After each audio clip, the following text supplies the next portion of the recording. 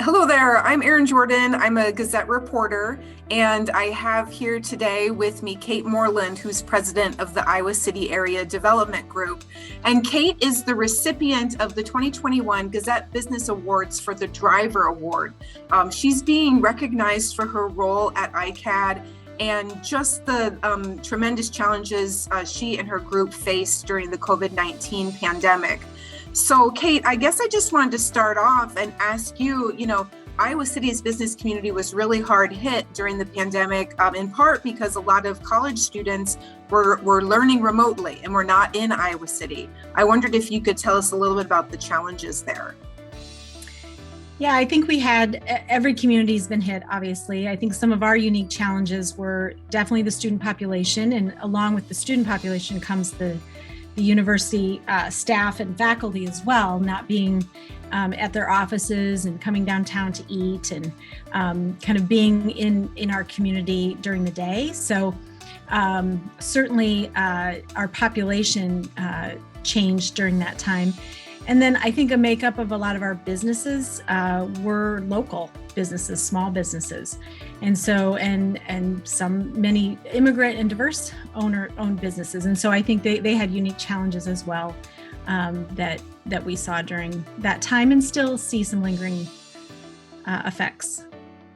What were some creative ways the Iowa City and Coralville and the businesses kind of adapted? Well, I think the businesses early on, I guess from our lens, we were trying to just get a read on what the challenge of the moment was.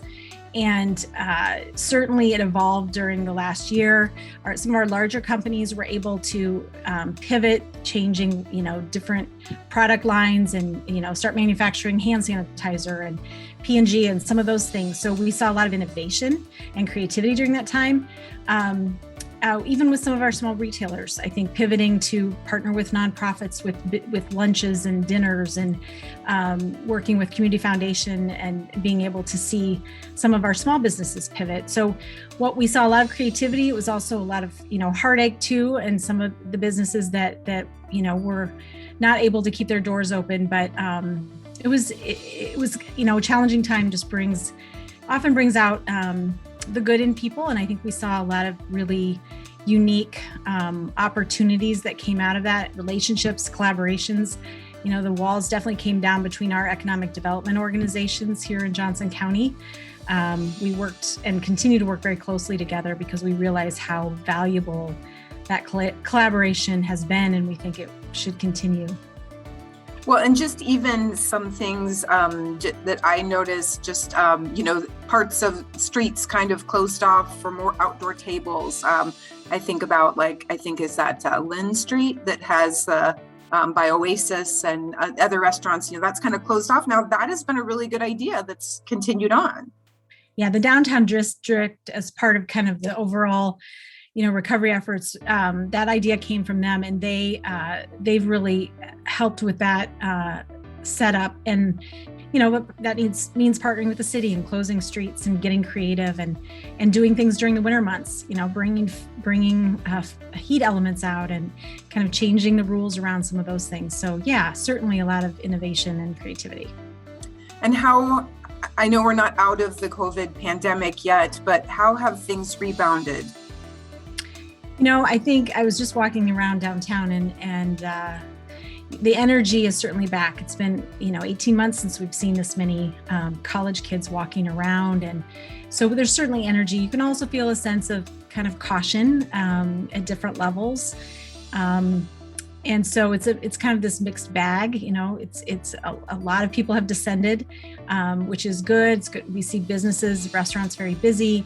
I think workforce in some of our companies are starting to return and have returned to the office, but with some trepidation because it's not exactly over. So I think we're all trying to navigate this new normal that seems like it's going to be around for a bit. And so I think there's some optimism and hope, but also some caution, I would say.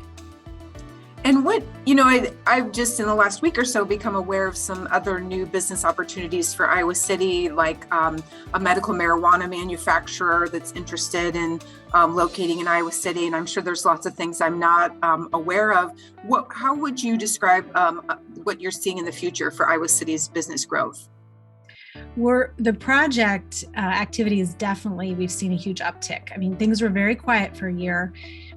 But what we're seeing now is companies right-sizing, moving around, maybe increasing or decreasing space, and then a lot of expansion plans that were put on hold for a period are starting to come to light, and then new business looking to locate in the area, like you said, in new industries that maybe had a pause for a while, but they seem to be really exploring, locations and moving to the area. So we're really optimistic about the activity. Obviously, we want to make sure we're serving our existing businesses too. We think, it's a big part of our mission, and to make sure our interstate commerce companies can find the workforce they need. And that continues to be a challenge for everyone, I think, across the nation, and finding the right, skilled workforce, certainly. Well, that's great to hear that some of these projects have restarted again, but it's also good to hear about the caution that is ongoing there in the community. Kate, can you tell me a little bit about how education technology has grown in Iowa City? Yes, well, we've always been a place where education technology and innovation, those have been large employers, many of them startups, even ACT, and we obviously have Pearson as well, but then some smarter startups like Leapfrog and Higher Learning Technologies and Pear Deck, some of the recent ones that saw extreme growth during the last year of online learning. And so we're, through our EdTech initiative, we're really trying to hone in on how can we grow that industry cluster throughout the whole state. And we were on that path prior to COVID, but COVID hitting really, put a finer point on the need for ed tech and being able to be resources for classrooms, educators, and students that will continue into the future. So we see that as a real growth opportunity for not only the Iowa City area, but Iowa in general. Right, because even through the pandemic and afterward, online learning has become so much more of a focus than Absolutely. It was. Yeah, the industry, it's projected, huge projections for the next 5 years. So we want to make sure we have an ability to get a stake in that and help draw other ed tech companies here that may want to grow their company here. Well, Kate, I want to thank you so much for the work you've done in our community and for being a driver of this growth and kind of being part of an organization that's helped maintain stability for a lot of our development in the area. So thank you so much. Thank you, Erin. I appreciate it.